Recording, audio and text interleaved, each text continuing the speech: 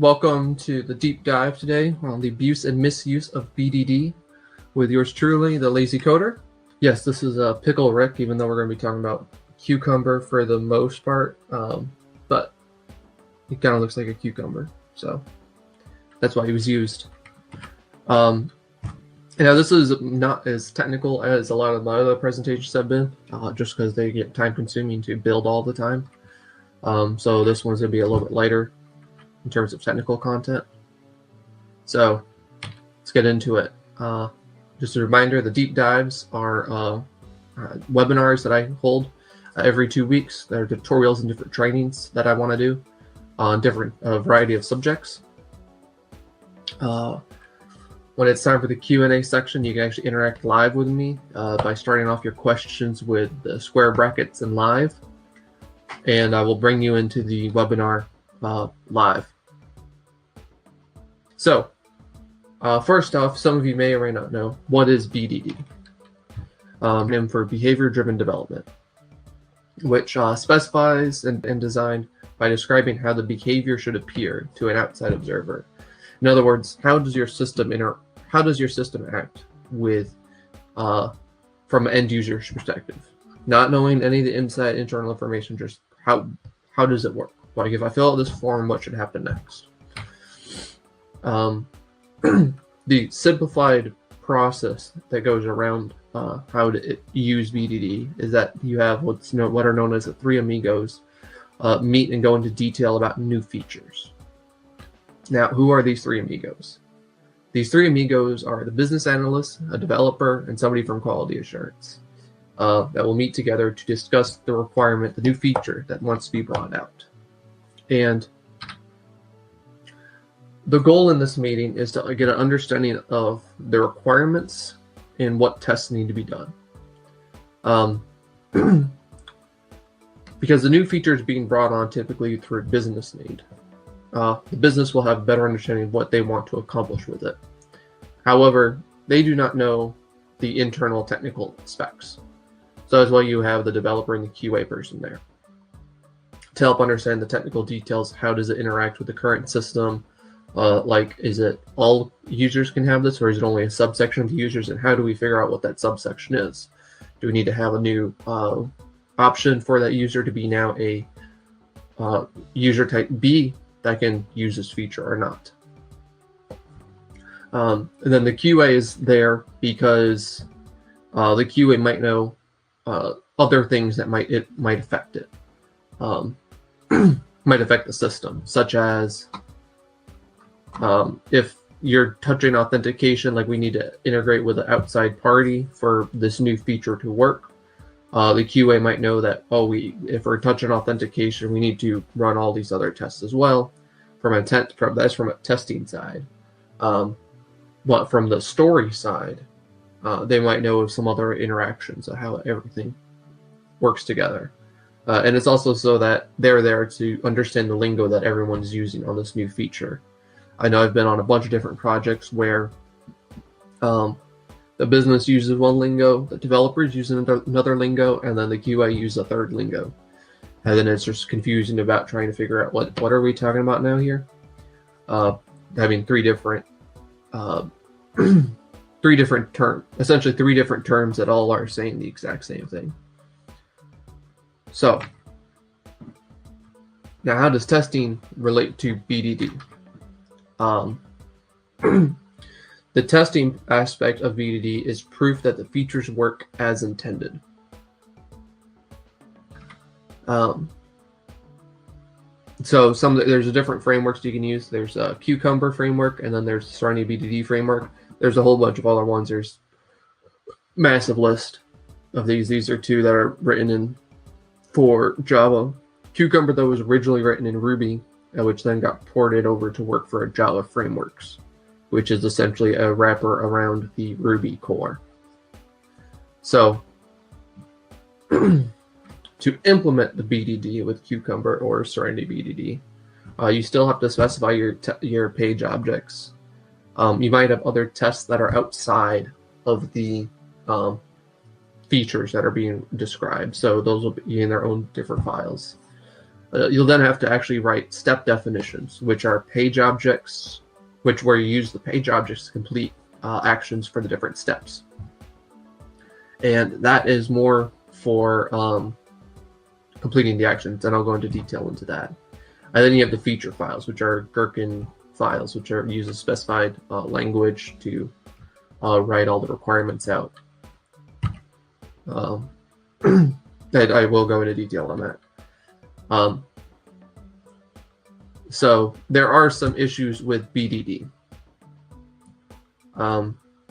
Yes, there can be issues. I know people are shocked when this is said. So we have not dry code, wet code, I guess. I don't. Extractions, abstractions, slow tests, and it's a debugging nightmare. So what do I mean by wet code? I guess I'm sort of making this term up here. I'll figure out a good acronym for it. Step defs are an accumulation of page objects to achieve a task. For an example, as an admin on the settings page is what the normal step would be written as. To complete that whole framework out, that method is going to have to involve opening and navigating to the site, logging in as an admin, and then navigating or stepping through the UI to get to the settings page, and all that's in one method. And what happens with that is that you're going to need a step def for every set of those sort of groups of actions. So back to this case, if you change how you navigate to get to the settings page, if you change like the header bar, or you now have to click like a menu button to drop down to give you the settings, and previously it was already there, all the different steps that use that action are going to get updated. So that's going to be a lot of code to maintain. Now you can abstract some of those common actions. So instead you'll have the page objects, you'll have extracted some of the grouped actions, like navigating to settings page, completing out different forms or something like that, which are then going to be used in your step defs, which are then used in the feature files. The issue with that fix, though, is that there's a whole new set of files you have to maintain that are just flow of different actions. And that causes more of a debugging nightmare. So the tests are also slow. Cucumber is supposed to be a high level of TDD testing, essentially, which is test-driven development. And the Cuke tests are supposed to support the devs. So the devs can work on new stuff and make sure that they're supporting what feature is being written. Helenso, which I totally massacred that name because I always do, was recently on a test talks with Joe Colantonio. In case you didn't know, he is the creator of Cucumber and ported it over to Java. And in his talk, actually, he does talk about Selenium with Cucumber, which is what a lot of people I know like to watch. And when you combine Cucumber with Selenium, you get the slowest test possible. He actually mentions this one project called the sub-second to-do project, which shows you how to get to very fast tests, which actually, let me jump into that right now.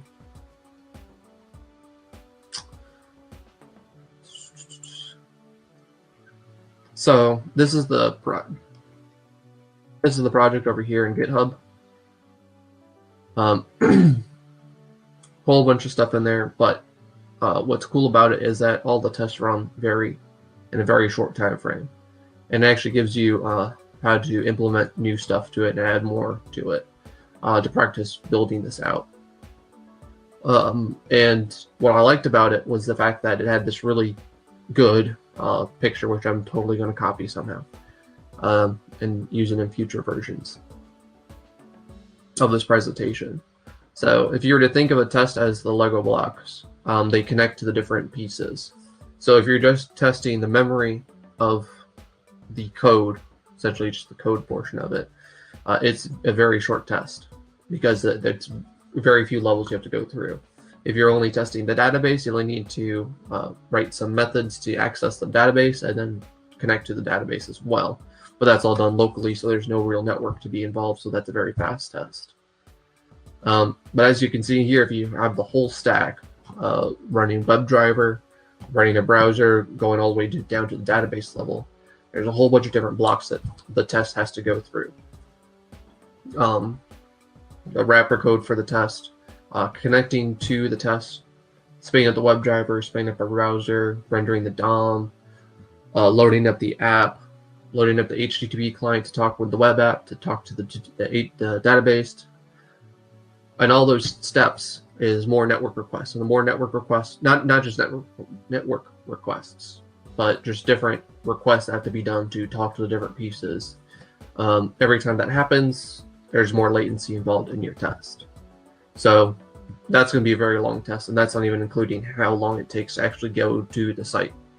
If you're running your application, if your server is slow, obviously running the browser, rendering the DOM and connect to the browser, that's going to be slower as well. So the goal for QA is to get tests done quickly, and there's different levels you can actually test stuff to make sure stuff works. So from the higher end, you can have a very simple test to make sure if you can type in a to-do and create a new to-do. If you check a to-do, it checks and it's done. And you can do all the more intensive operations like adding 3, adding 4 to-dos, selecting multiple to-dos, so on and so forth in lower levels. So then you get higher, more essentially tests completed, but then you'll have more confidence in your system. If you run all of your tests here in the WebDriver column, we'll call it, you'll have very high confidence of your test, but it will also be a whole lot slower. So that's always something to consider. Show it off real fast. Just type this command in, and it should run all the features. And that was what, 0.006 of a second to run all those tests. You can kind of see it down there. I'll try and make this bigger in the recording. So there you have. It's a fast test because it's testing at the lowest level possible. So that's all fine and dandy.